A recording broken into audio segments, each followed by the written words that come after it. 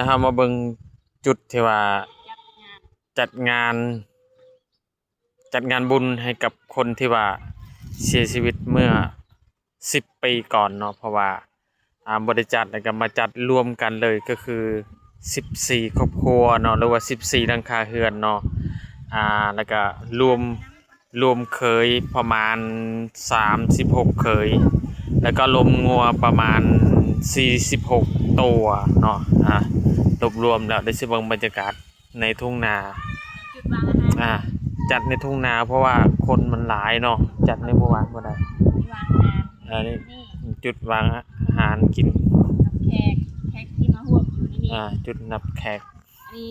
น้ำสำหรับคนที่เป็นเคยก็จะดื่มในนี้ เป็นเคยสมมติว่าอย่างเช่นพอเฒ่าของเฮาแท้ๆเขาก็ต้องดื่มในจุดนี้ส่วนตรงนั้นให้แขกดื่ม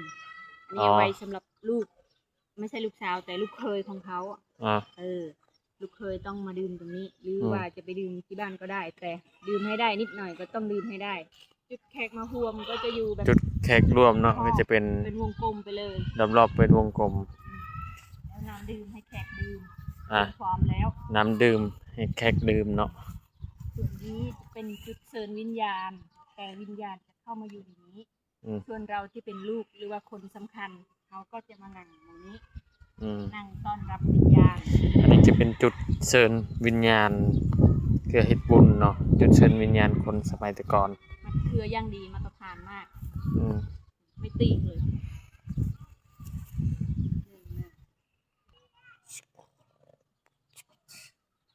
เดี๋ยววันจัดงานเนาะเหลืออีกประมาณ 4-5 มื้อเนาะก็สิมาอัปเดตให้เบิ่งว่าคนหลายส่ำใดเนาะทุกคนเนาะคนสิหลายส่ำใดนี่อันนี้จะเป็นแคมป์บ้านเนาะนี่จะเป็นทุ่งนาเดี๋ยวสิมาอัปเดตว่าคนสิหลายส่ำใดทุกคนเนาะ